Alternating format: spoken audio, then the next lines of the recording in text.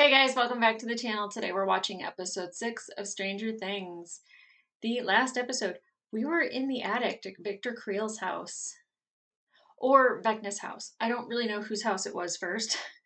Because it seems when the Creels moved in, shit went down. Did it ever really belong to Victor Creel? It's Vecna's house. I don't know. But they followed the lights up to the attic, and I was really, I don't want to say confused, because I don't think I was confused, but I think from the first season, we watch Will kind of guide Joyce through the house. And it's with the lights. It's lighting up lights in the hallway, and then, of course, the Christmas lights. And it made me think that there was maybe another entity in the house that was kind of leading them. Because you don't ever see Vecna like walking through the house, you just see him in the attic. So I just always thought, like, that's home base, that's where he is, that's where he hangs himself at night with his little viney friends. But that's why it didn't strike me that it was Vecna, is because we just don't see him wandering through the living room. We do see that Max and Lucas have a moment. He says he's a Kate Bush fan and says it's because Kate Bush saved Max's life. I think we're all Kate Bush fans now. Like, even if we'd never heard that song, like, now it's all on our playlists. But I think we also kind of feel the same way, is that we're grateful for it because it also saved Max's life. And I think that Lucas is essentially saying, I'm so grateful for you to be alive. And I think Max needed to hear that. I think a lot of people who suffer with any sort of depression, whether it's a deep depression or a mild depression, but when you are in it and you feel so alone, I think hearing somebody say they're so grateful you're alive, like, that's powerful. And I feel like it was very powerful for her, especially coming from Lucas. Are Steve and Nancy like gonna be a thing again? Again, like, I'm not like one for like romantic teenager stories, but I really think that they're a great pair.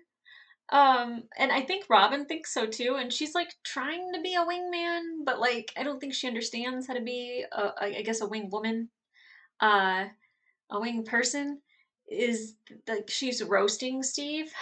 It's more of a sisterly relationship than like a best friend helping you get the girl kind of relationship. I love Robin, and I don't think that she's too much at all. She's like that quirky friend that we have. She makes me feel really comfortable and at home, and like I know her.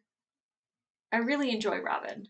And I enjoy her friendship with Steve. So then we have Will, Mike, Jonathan, and Argyle traveling along in the Mystery Machine with pepperoni on it, on their way to Utah to see Susie, because she is the hacker extraordinaire.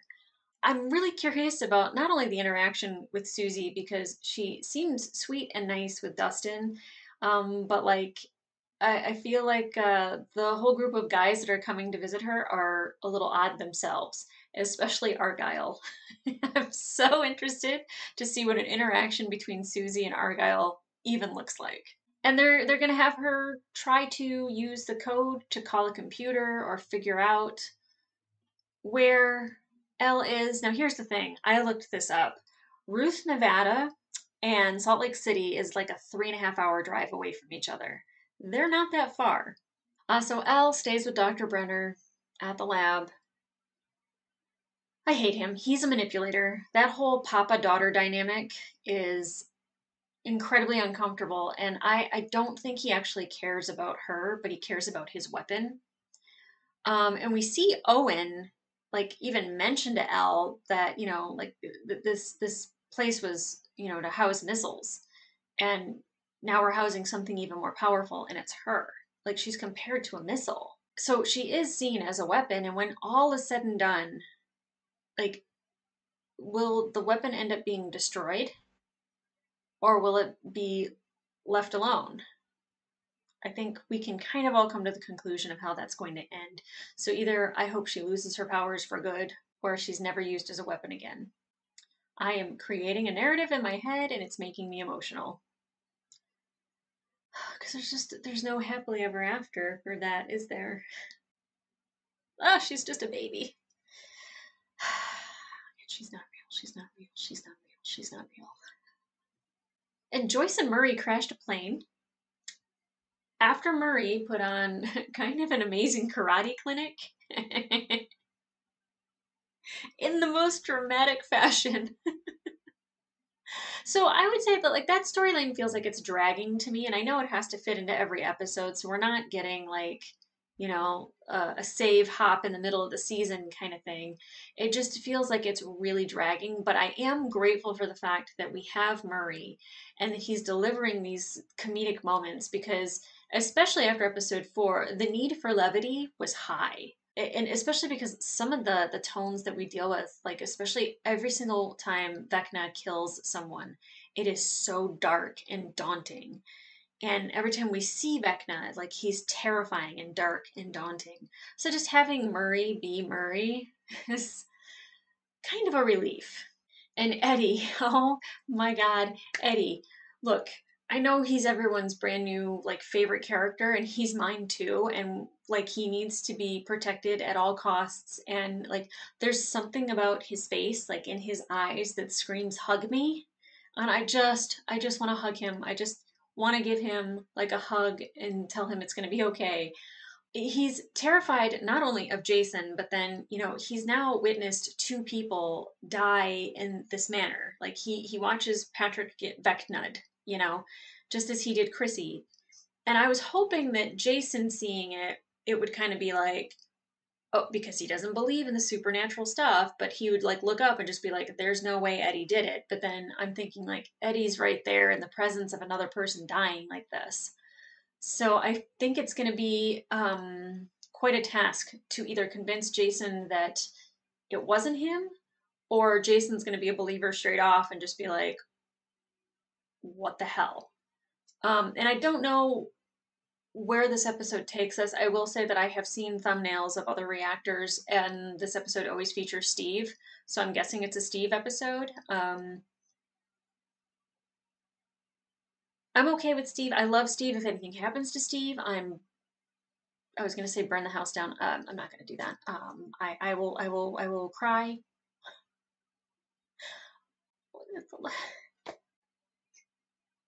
Why am I like this? Why?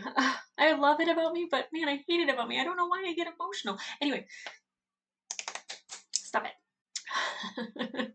Gotta snap myself out of that. I haven't even started watching it yet, and I'm already crying for somebody who I don't even know what he goes through. He might not even die. He might save Eddie's life.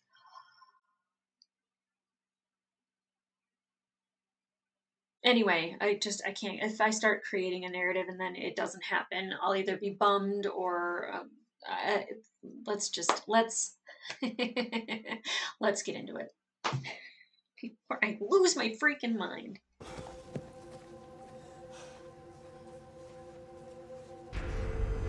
Oh God, that scene looks straight out of Sleepaway Camp. Where was Eddie when you saw this? He was in the boat, like I said. Poor Jason. I can't believe I just said that. Eddie is a vessel. Just a vessel. I knew it. He's made a pact with the devil. Now he has his powers. The sympathy I felt for Jason has waned.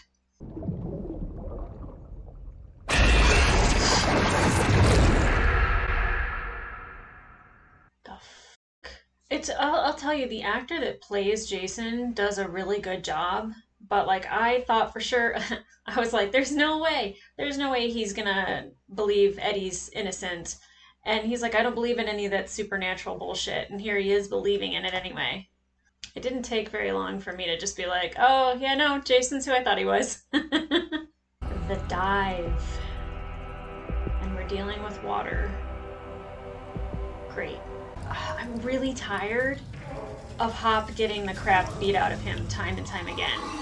Who was that? I can make it stop. I can make the pain end. I did not realize that this wasn't Russia.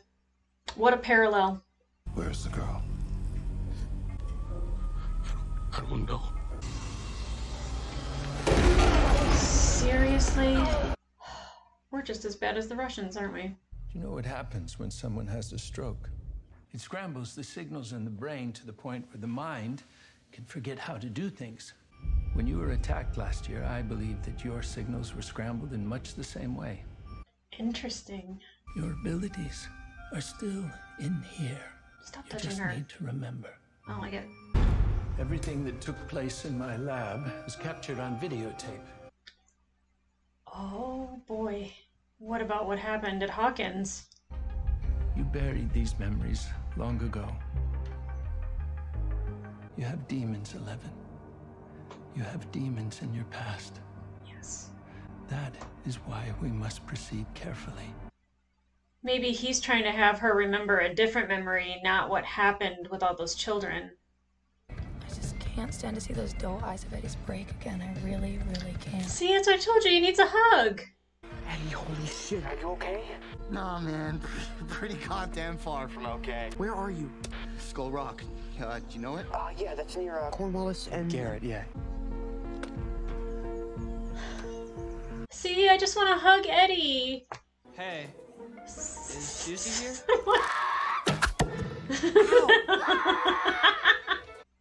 Unexpected. Away, you starveling!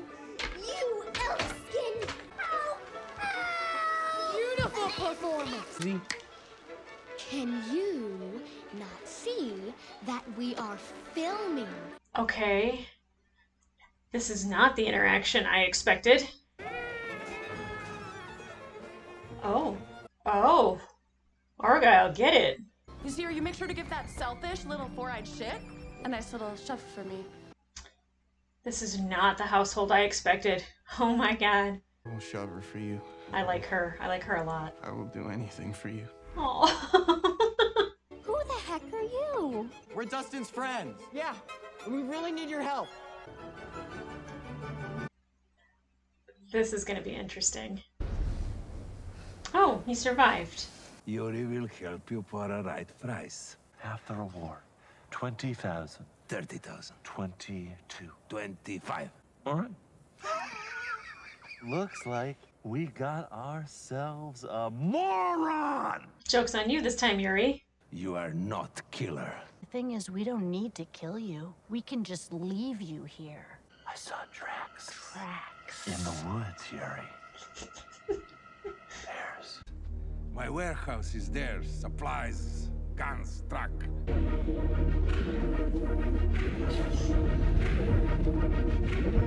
It's a great shot. I hope you're ready.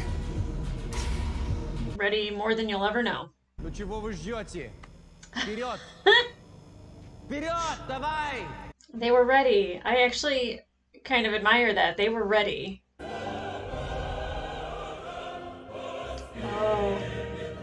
Is it their last meal? Or is this real? Oh, guys. Хотят, чтобы мы окрепли, чтобы набрались силы, чтобы этим чудовищем поборолись, чтобы готовить это чудовище к войне. Does Hoffman understand any of this that's going on? Does he know the plan? This Zvier. It's about 9 feet tall, thin, white skin, no face. Давай, переводи. 3 метра ростом, белый, без лица. Mm-hmm. American's useful now, isn't he? This food isn't to make us strong. It's to, so we're full of all the nutrients and protein that a growing monster might need. Yep. This is your last meal. Ешьте, ешьте. Это ваша последняя трапеза. Just drink a lot of alcohol and poison yourself, and then the Demogorgon won't want you. You know, you remind me of someone. Someone I used to know really well. Can you guess who that is? One? Papa said that he doesn't exist, I know. I was wondering about number one. Papa doesn't tell the truth. I spent years with one. Where is he? Maybe we'll save that story for another day. Is he number one? Do you remember the day a strange woman came to see you? This would have been when 8 was still here. She was calling a name to you. That was your mother. Mama is dead. She died making me. And who told you that? Papa. Who doesn't always tell the truth. Good morning, children. Papa was not excited about those two sitting together. He's so creepy. He's so creepy. Hey. Yeah, his friend just died. Yeah. Why him? He came to practice with a black eye. He said he fell, but clearly he was lying. Everyone Vecna targets has something in their life. Something that's... Hurting them. Haunting them. I didn't really know Patrick, so it was easy to just look the other way. But I did know you, and I'm sorry. I wasn't there. It's not your fault. I just didn't look hard enough, okay? But I see you now. I love this kid so much. Jonathan and I are fine. Got it. We're good, right? Sounds like it. It's just... He was supposed to be here for the break, and then he backed out at the last minute. I'm not even that surprised because I've been feeling him pulling away lately. Seems like a perfectly reasonable reason to blame twins or something. You said the happiness of your friends. Aww. So does that make us friends? It does. Yeah. I mean, right? Jesus, we thought you were a goner. Aww. Me too, man. Me too. See, Eddie just needs a hug. I'm obsessed with hugging Eddie. It's getting creepy now. We will find him. No! Oh boy. Look, I don't know about the rest of you, but I can't bear to listen to any more excuses and lies. This kid has way too many speeches that he gives. These murders are ritualistic sacrifices, and Eddie Munson, he's the leader of one of these cults. They call themselves Hellfire. That's bullshit! It's a club for nerds. I love Erica. A club, a harmless club. That's what they want you to think, but it's a lie. Oh, this is just despicable. And God knows there's good in this town. So much good. It's in this room. He has no idea how much those kids saved that town. Oh my gosh, I've got a fire inside of me right now. I dial into this computer and find a location, and at this location is the Nina Project. And the Nina Project is the code name for a video game. No, it's not just a video game, it's a video game console. It's basically America's answer to Nintendo. American Nintendo. Oh my. Susie, it's 16-bit. 16-bit? Why have I never heard of it? 16-bit. That was the seller. I would do anything for Dusty Bun, but I'm afraid there's been an unfortunate development. Father could see my soul was tortured, and he wrenched a confession out of me, naturally. After learning the terrible truth, he confiscated my computer. He uses it for work now, but it looks like you came all the way here for nothing. Cornelius! Unless... Unless... there might be a way. Poor Dustin's mom always looks like she's on the verge of tears. One step closer, we know how Vecna attacks. And where he attacks from. Now we just need to sneak into his lair in the Upside Down and drive a stake through his heart. Henderson's not, cursed, is he? He's trying to figure out why his compass isn't working. Boom!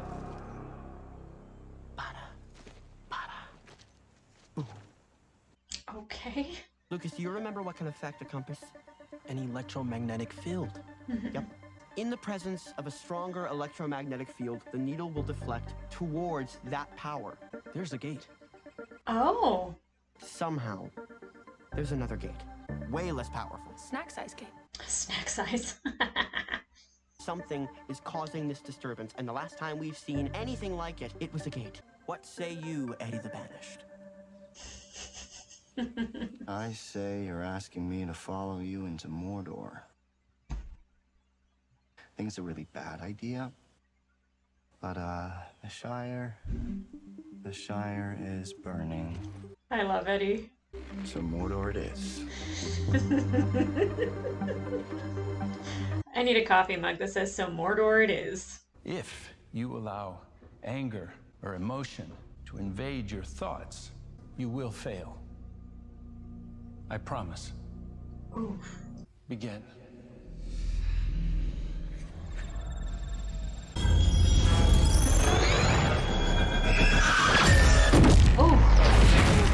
Oh, we're number 6. Oh,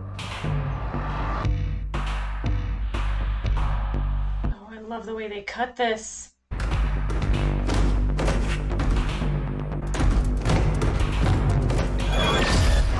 I love the way that that was cut. 11.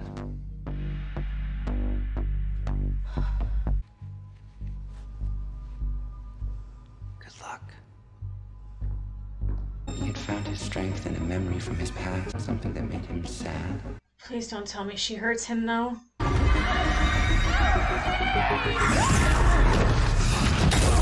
Oh, God. Oh, man. I thought she was going to blow up his head personally, so I'm glad that didn't happen. Looks like we have a new winner. I love the music they have in here. All the synth 80s music is choice. Oof. Wait until you see my flamethrower. Oh. Need to get going. But take the flamethrower. Keys. Map. Let's go. I love Murray. Oh, hello, let me in. I'm friendly American with a big beard. You were planning to turn us over to the warden today, if I'm not mistaken. Here on out, you're gonna be Murray. And I'm gonna be Yuri. Murray, Yuri, Murray, Yuri. See, now this story is really starting to get some juice to it. Oh, it was a long wait. I believe we can fight. I believe we can win. I have a son, Mikhail. Is he slow? What? Mikhail, your son, is he slow? Is he stupid? You a drunk American. I would stop speaking unless you wish to die sooner. Not your son! Yaska's mouth shut! And your wife! Oh. Is it a distraction to get out? Yep. Did you take anything off the guard? We call it a Demogorgon. It has one weakness. Fire. Hates fire. That's why the flamethrower would be nice. To light it with. Cornelius? Cornelius! And we're in. Holy heck. What is all this? Cornelius! Where's the mom in all of this? Told your butts, I'll just trace the IP. The I what? The internet protocol address. What's the internet? Oh, Don't worry God. about it. It's just gonna change the world. Indeed. I'm running the IP through a geolocation software, basically a form of data mining. I love her. I adore her. She's a really good actress. Just incredible. And Father, your terror. Look genuine. Nevada? Can you print this? No, my skills end at IP geolocation. You were being sarcastic. Yeah. I think that's why I like her, actually. She reminds me a lot of me. Oh, man. You gotta be shitting me. Yeah. Lover's Lake. This is confounding. Oh, it's called the dive, too, so they're gonna have to go on a dive. Sounds like shock therapy.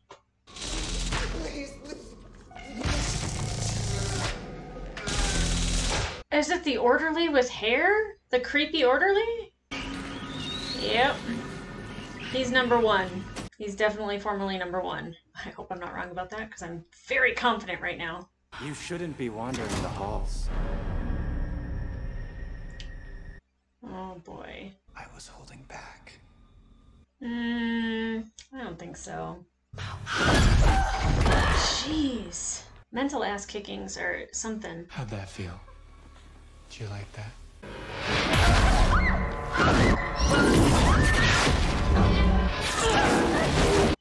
She's literally been bullied by every group she's been around except for Mike and Dustin and Will. Oh. Tell Papa we did this. We will kill you. I believe him. Please tell me she didn't get angry and kill all the kids. I refuse to think that she killed them all. I still refuse.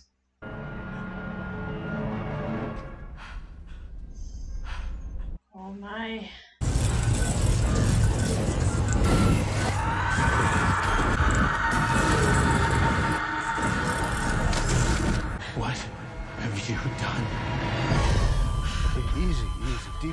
How many times is she going to go through cardiac arrest? I know what happened now. I killed them, didn't I, Papa? Killed them all. Hot take. I think it was number 1. Unless one of you three can top being a Hawkins High swim co-captain and a certified lifeguard for 3 years, then it's got to be me. No complaints, all right? I trust Steve. Oh. Steve? Be careful.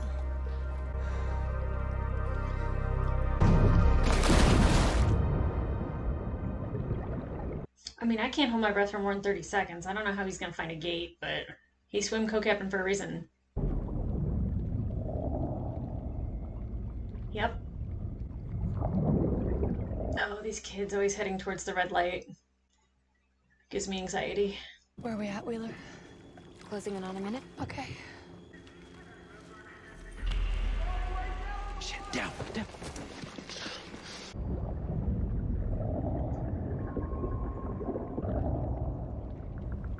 Oh, don't touch it. Don't touch it, Steve.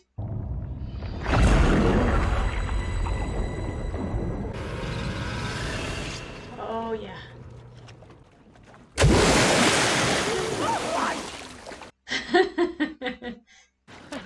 Dustin, you're a goddamn Einstein. Steve found the gates. Can't let him find Eddie. Stay with me. Hey, officers! Over here, I found the killer. This way! It's more of a snack-sized gate than the mama gate, but still, it's pretty damn big. Oh, shit. Oh, Steve!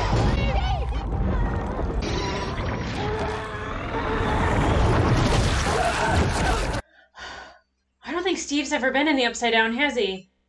Oh no, the tunnel. He's... That's it! God damn it! Somebody's still in love. They're all gonna go now? Eddie, go. Just go with them. Oh, this is so stupid. I don't want Steve to be alone, so if they can make it in there, it'll make my anxiety a little bit less. That's the thumbnail I've been seeing. Oh my god, my anxiety is so high right now. My utter adoration for Steve. Oh god. Please let the others be fast swimmers. No! Don't! Oh god, oh god, oh god, oh god. No! Oh my god, somebody help him! Please, please, please, please, please, please, please! Don't be the end.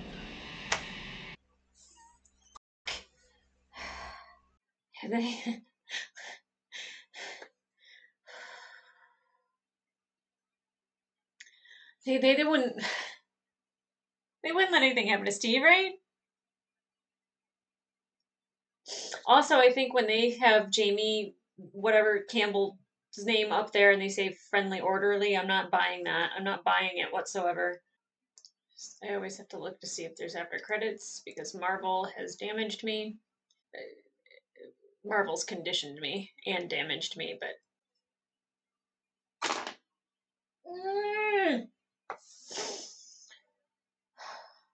My coffee's cold. That sucks. I really need to slam a liquid right now. Coffee probably wouldn't cut it. Look, I know that Nancy and Robin and Eddie are on their way through the gate, and Steve's probably okay, but to end it there would be as though if they ended it with Max still being held up by Vecna and her maybe not making it out. Like, cliffhanger. I mean, obviously, they're going to make it, and hopefully they help him. I don't have any illusion that Steve is going to die in that moment, but at the same time, who knows with this show. Oh, the stress, the anxiety.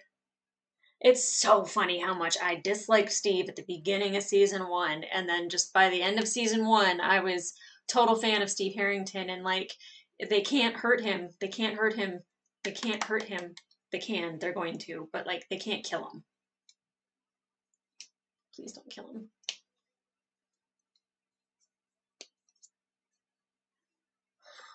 I'm like cracking my knuckles. I have like anxiety, high anxiety. I might actually end up watching the next one just because I don't think I can actually wait until this one's edited and posted. Okay. With the rest of what's happening, I'm going to start with the thing that is sitting on my brain. That orderly has to be number one.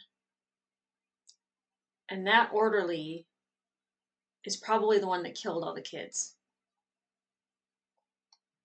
It can't be Elle. Like, Elle is not that person. Elle has never been that person. I think that because she got physical with Angela, they're trying to make you think that maybe she did hurt somebody. And it's never really been like her thing to hurt somebody maliciously. It's always been out of fear, you know, her flipping bans because she thought her friends were in trouble.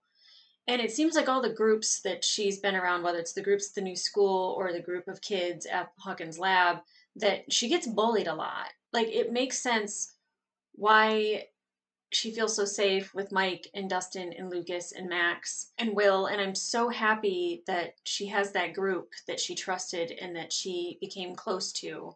I don't like Papa. I don't like that relationship, especially that he has with all the children. It just seems very manipulative. And maybe there is a little bit of caring that's in him, but the fact that we see the orderly being shocked, and then it's obviously because Papa didn't like him talking to 11. I'm going to stop calling him Papa because it's just gross. Dr. Brenner was talking, or Dr. Brenner saw him talking to 11. Obviously, he didn't like something about that, whether it was her using her anger to use her powers. And maybe he didn't like that he enticed that because maybe that's what happened to 1 / the orderly. And we do see, especially with the orderly saying that Dr. Brenner is a liar, and then it cuts to Dr. Owen saying maybe we should tell her the truth. I don't, because Dr. Owen must know something deeper as well, and I'm sure he does. But what does that mean? When we see her kind of being revived again, like I don't think a young person should have to get revived that much. I think cardiac arrest is not good for your heart, period. But we see her like kind of having this memory and thinking that she killed these kids, and I still don't believe that she did. I hope I'm not wrong, and if I'm proven wrong, it's because I'm a freaking optimist. Like, I'm definitely the person that believes that superheroes are inherently good, and that's why like shows like The Boys throw me for a loop, because I still want to see the good in the bad. Now we get Eddie, and I'm happy that, you know, they found Eddie and that Eddie is now included in this group and that he's not by himself anymore. But the fact that Jason was riling up the townspeople, just, they might as well have pitchforks and I almost said tiki torches, kind of the same thing. Unless you have irrefutable proof, like, let's put the torches down, right? But he gets everyone riled up because he is a man who we have seen now a few times, like, be able to get people just going with the way he speaks. He's a great motivational speaker, but he's very wrong in the direction. And he said he didn't believe in supernatural things, but then all of a sudden he believes that Eddie is a vessel for the devil. Say what you want about religion, but I feel like that's also supernatural. I really, really don't like Jason. I really, really, really don't. And I felt so sympathetic for him at the beginning when he's holding Patrick.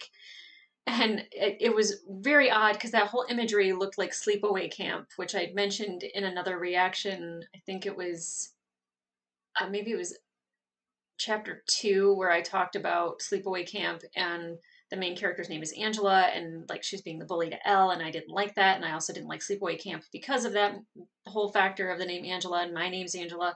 But then we have the imagery in this one, and I really can like feel sometimes when they pull from other 80s movies, and I love that they sprinkle that in, especially the 80s synth music.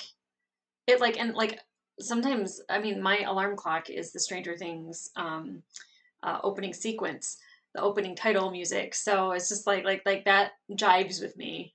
It really does. And I was very critical of the Russia storyline, and I still am ever so slightly, just because I feel like it was taking too much time to actually build. But this episode, you kind of got a lot of meat on the bone. Like it was a delicious meal. No pun intended. Or maybe pun intended because it was their last meal. I'm not sure. But, you know, seeing Joyce and Murray kind of taking control of the situation, getting one over Yuri, they're being very smart, but they're being very entertaining as well. But it just, I have no delusions it's not going to go the way they think it's going to go. But I also am enjoying that part of their journey to get there. And when he mentions the warehouse and the flamethrower, I'm like, bring it with you. That's very important. Hop reiterates that after he shows that he got the lighter off the guard, which I was like, this whole fight in this courtyard's weird. And I was like, I didn't know if him and Antonov had planned it, which obviously they didn't, but Hop planned it. And he knew he wanted to get that lighter from that guard. So like, I was like, well, it's really weird that Hop's like kind of getting like this way with Antonov. I really loved the way that played out, and I love seeing this Hop, because this is the Hop that, you know, we start seeing his plans kind of coming together a little bit, and him telling the story the last episode, and him telling the story of the Demogorgon in this one. You know, you could kind of see his, I don't want to say his will to live, but like him thinking that he's going to die, and then him having a realization that he might have a way out. I don't know if defeating the Demogorgon would set him free necessarily, but he knows he's not going to die because of that, because he knows how to fight the Demogorgon. And it was a nice little moment seeing him laugh with Antonov, even though it hurt him to do it, but like it still, it was nice to see that Hop again. And I again am under no delusions that you give somebody a happy moment just to take away a lot of their joy. So the next episode is probably going to be harsh, I'm sure. And by the way, I just have to say that like the whole Mordor it is line, I want it on t-shirts, I want it on coffee mugs, I want a bumper sticker for my car. Eddie with an iconic line this episode. I love their relationship, Eddie and Dustin, and then I love Dustin and Steve's relationship. It couldn't be two different people that he was besties with. And I would like to see Eddie and Steve have a conversation. I don't know, maybe find common ground, because they seem like they're total opposites. But if Dustin can have camaraderie with Steve and have camaraderie with Eddie, then there's a commonality there. Because if Robin and Nancy can become friends, so can Steve and Eddie. I hope, oh my God, if anything happens to any of them, I'll write a stern letter to the Duffer Brothers. To remind myself, these are fictional characters in a fictional show in a place that does not exist. But damn, do they own my heart, right? Okay, guys, come back here for the next episode. I might even watch it today. You might see me in the exact same outfit with the exact same hair, because I don't think I can wait. I really don't think, I don't think I should. I feel like something will get ruined for me, because I did see the thumbnail with Steve in it before. So I saw a red light. I didn't know quite what that meant. Quite frankly, I was like, does Steve have some trauma that like Vecna is going to pull him in? And I'm glad that wasn't the case, but like this isn't great. I believe in Steve, so I think he's going to be okay, but fingers crossed. All right, guys, like, subscribe, get notifications. Head over to my Patreon for full-length reactions. Other than that, I'll see ya in the next one, because I'm going to watch it right now. I made up my mind. I do have to charge my headphones, so there's that. All right. Bye.